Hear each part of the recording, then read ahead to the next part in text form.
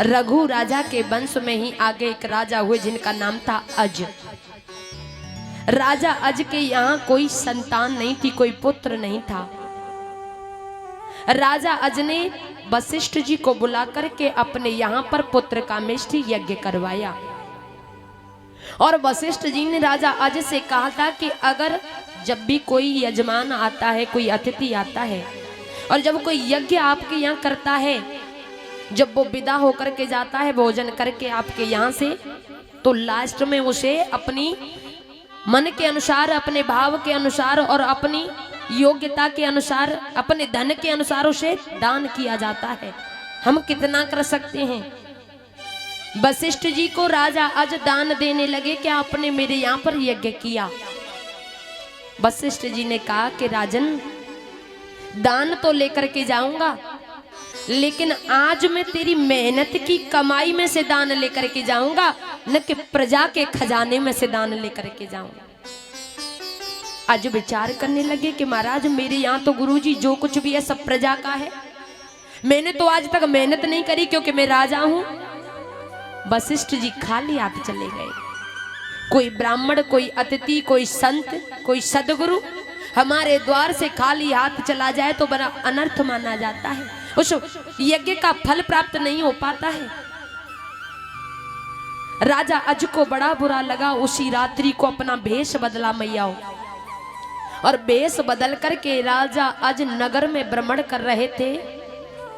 और नगर में भ्रमण करते हुए राजा अज ने देखा कि एक तेली और कोलू में बैल चला रहा है। पहले बैल चला करते थे कोलू में, और उस तेली के बैलों में से एक बैल बीमार पड़ गया। ध्यान से सुनना, बहुत समझने की बात है।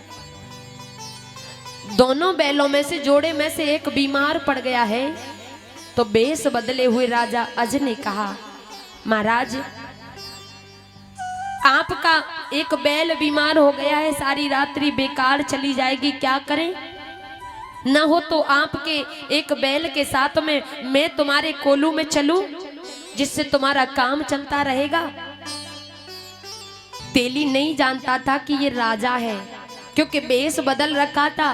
कह दिया, हाँ महाराज, अगर तुम मेरे बैल के साथ कोलू में चलोगे तो मैं तुम्हें सुबह 1 टका रुपया दूंगा। मैया, राजा आज 1 टका रुपया के लिए सारी रात्रि बैल के साथ कोलू में चलते रहे। सुबह हुई, 1 टका रुपया उस तेली ने राजा को दिया, और राजा उस टका रुपया को लेकर के अपने महलों में आए। महलों में आकर के टका रुपया को तिखाल में रख दिया। तिखाल बूढ़ी बड़ी समझ रही होंगी, आजकल तो खैर नहीं बनवाते हैं, ऐसे छोटी सी तिखाल ऊपर और तिखाल में रख दिया। मैया उस न जाने क्या ऐसा हुआ जो उस तिखाल में दरार पड़ गई, दरार।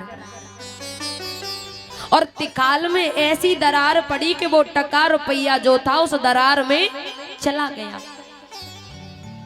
राजा अज ने फिर अपने यहाँ पर पुत्र कामेष्टि यज्ञ कराया। गुरुजी फिर आए, सबको भोजन कराने के बाद दक्षिणा दे रहे थे। जैसे ही नंबर वशिष्ठ जी का आया, अपनी रानी से कहा, जाओ तिखाल में मेरी मेहनत की कमाई रखी है, आज मैं अपने गुरुजी को मेहनत की कमाई दूंगा। रानी ने देखा तिखाल में दरार पड़ गई है, राजा से कहा, और जैसे ही जाकर के राजा से कहा तो राजा ने उस दीवार को तोड़वाना शुरू कर दिया। लेकिन न जाने कैसी परमात्मा की लीला के वो टका रुपया ज्यों ज्यों दीवार तोड़ी जा रही, त्यों त्यों वो टका रुपया उसमें नीचे समाता हुआ जा रहा है। समाते समाते वो टका रुपया जमीन में नीचे खिसक गया। जमीन को खुदवाना शुरू किया तो उस जमीन में से एक रथ निकला, उड़ता हुआ चला गया। दूसरा रथ निकला, उड़ता हुआ चला गया। ऐसे करके 9 रथ निकले। खोदते खोदते जब 10वां रथ निकला तो उसी रथ के ऊपर वो टका रुपया और एक छोटा सा बच्चा निकल के आया। वशिष्ठ जी ने देखा तो उस बच्चे को उठा करके राजा अज को दे दिया। राजन, ये तेरी मेहनत की कमाई है, मैं तुझे दे करके जा रहा हूं। और मैंने जो तेरे यहाँ पर यज्ञ किया, ये टका रुपया अब मेरी मेहनत की कमाई है, इसे मैं लेकर के जा रहा हूं। पर उस समय राजा अज ने पूछा था, गुरुदेव आपके आशीर्वाद से ये लाला बेटा मुझे मिला है, इसका नाम क्या रखूं मैं? लक्षण के अनुसार वशिष्ठ जी ने कहा कि राजन, ये बालक 10वें रथ में बैठ करके निकला है, इसलिए इस बच्चे का नाम क्या होगा? दशरथ। आध्यात्म में दशरथ किसे कहते हैं मेरे भागवत श्रोताओ? जिस जीव ने अपनी 10 इंद्रियों को समेट करके एक ही लक्ष्य बना लिया हो। दशरथ जी का लक्ष्य क्या रहा जिंदगी का? राम को पाना। जिसने अपनी इंद्रियों को समेट करके एक ही लक्ष्य बना लिया। कौन कौन सी इंद्री? 5 कर्मेंद्री और 5 ज्ञानेंद्री।